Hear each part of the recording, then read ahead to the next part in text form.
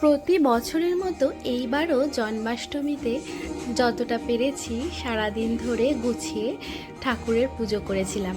আজ তাই সেই জন্মাষ্টমীর ব্লগটাই আপনাদের সাথে একটু শেয়ার করি। সকালবেলা উঠে আগে ঠাকুরের বাসনগুলো একটুখানি পরিষ্কার করে মেজে নিয়ে ধুয়ে নিয়েছিলাম। যদিও এই কাজটায় আমি একদমই পারদর্শী নই, তাও ঠাকুরের বাসন তো ধুতেই হবে। তো যাই হোক, সেসব করে তারপর স্নান টান করে ঠাকুরের জল খাবার তৈরি করার কাজ শুরু করে দিলাম। প্রথমেই তালটাকে ছাড়িয়ে নিয়েছি। এই তালটা বাজার থেকে কিনে নিয়ে এসেছি।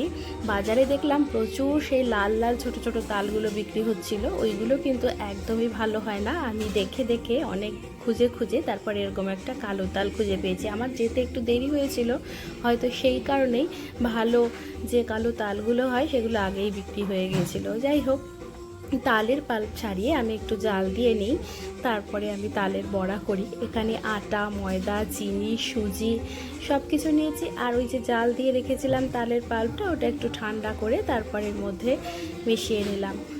নারকেল দিয়েছি, নারকেল কোড়া আর কি, দিয়ে আমি ওটাকে রেডি করে রেখে দিলাম। বেশ কিছুক্ষণ কিন্তু রেস্টে রাখতে হয়। অন্যদিকে মালপোয়া বানাবো, সেটাও তৈরি করে রাখলাম, মানে ব্যাটারটা রেডি করে রাখলাম। সুজি, ময়দা, দুধ আর কিছুটা নারকেল কোড়াও দিয়েছি আজকে, আর দিয়েছি বেশ খানিকটা মৌরি। এইগুলো রেডি করে আমি ঢাকা দিয়ে রেখে দিলাম, তার কারণ কিছুক্ষণ একটু রেস্টে রাখতে হবে। আর যে বাকি তালের পাল্পটা ছিল তার মধ্যে নারকেল কোড়া, চিনি আর কিছুটা দুধ মিশিয়ে রেখে দিলাম। এটা কিন্তু আমি তালের ক্ষীর বানাবো তাই। এবার ঠাকুরের স্নান করার সময় হয়ে গেছে, মানে স্নান করানোর সময় হয়ে গেছে। এই স্নান পর্বটা আমার ভীষণ পছন্দের। আমার খুব ভালো লাগে স্নান করাতে। আমি এখানে ঠাকুরকে ঘি, মধু, আতর, তারপর চন্দন সব কিছু মাখিয়ে নিয়েছি। তারপর এখানে তুলসী পাতা, ফুল এসব দিয়ে দিয়েছি।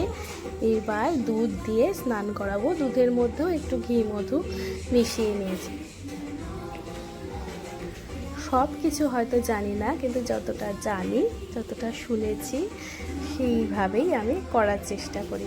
এই স্নান করানোর আগেই আমি ধূপ, দ্বীপ সব কিছু ঘরে জ্বালিয়ে রাখি। পরিবেশটা একদম অন্যরকম হয়ে যায়, ভীষণ ভালো লাগে এই সময়টা।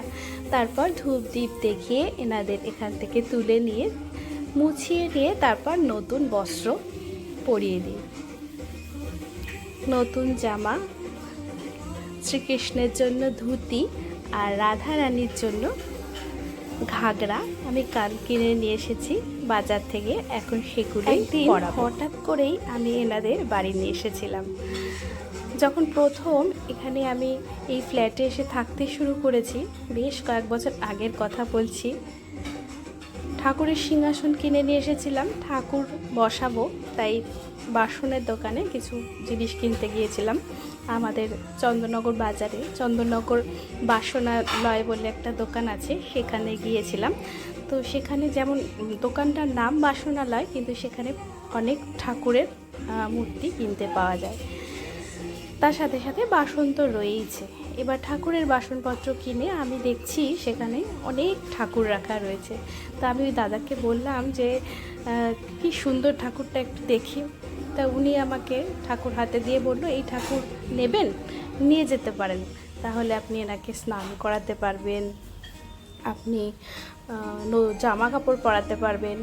তাই হ্যাঁ, আমি সেসব শুনে ঠাকুর নিয়ে কেমন যেন বাড়িতে চলে এলাম। এবার বাড়িতে আনার পর বড়রা যখন দেখলো, শুনলো, তখন তারা বলল যে এই ঠাকুর প্রতিষ্ঠা করে বসাতে হবে। আমি না অত কিছু না জেনেই সেদিন ঠাকুর নিয়ে এসেছিলাম। তারপর তখন জন্মাষ্টমী চলে গিয়েছিল, রাধা অষ্টমীতে আমি আমার ঠাকুর প্রতিষ্ঠা করে বসিয়েছিলাম। সেই থেকে প্রতি বছর আমি জন্মাষ্টমীতে পুজো করি। তাছাড়া সারা বছর তো করি, কিন্তু জন্মাষ্টমীতে আমি সারা দিন ধরে নিজের হাতে সব কিছু রান্নাবান্না করে ঠাকুরের জন্য, মানে ঠাকুরের জলখাবার তৈরি করি, করে সারাদিন ধরে ঠাকুর সাজানো, ঠাকুরের কাজ করে সন্ধেবেলা নিজের হাতেই পুজো করি। এটা করতে আমার ভালো লাগে। মনে একটা ভীষণ শান্তি পাই। যাই হোক, স্নান করে জামা কাপড় পরিয়ে, নতুন বস্ত্র পরিয়ে, মুকুট, চুল সব কিছু দিয়ে তারপর আমি সিংহাসনে বসিয়ে দিলাম। একটুখানি মাখন, মিশ্রি আর মালপোয়া, যেটা বাইরে থেকে কিনে নিয়ে এসেছিলাম, মিষ্টি, সেটা যেহেতু আমার এখনও রান্না হয়নি তাই দুপুরবেলা ওইগুলো দিয়েই আমি একটু ভোগ দিয়ে দিলাম। এরপর ওই যে আমি সব রেডি করে রেখেছিলাম আগেই, নতুন কড়াইটা কিনেছি, আপনাদের আগেই বলেছি, সেই কড়াইটাতে সব কিছু এই তালের বড়া ভেজে নিচ্ছি। তালের বড়া, মালপোয়া সব কিছু এর মধ্যেই এই নতুন কড়াইটাই কিন্তু আমি করেছিলাম। অন্যদিকে যে তালের পাল্পটা দুধ আর চিনি মিশিয়ে রেখেছিলাম সেটাও বসিয়ে দিয়েছি, কিন্তু তাল ক্ষীরটা বানিয়ে নিচ্ছি।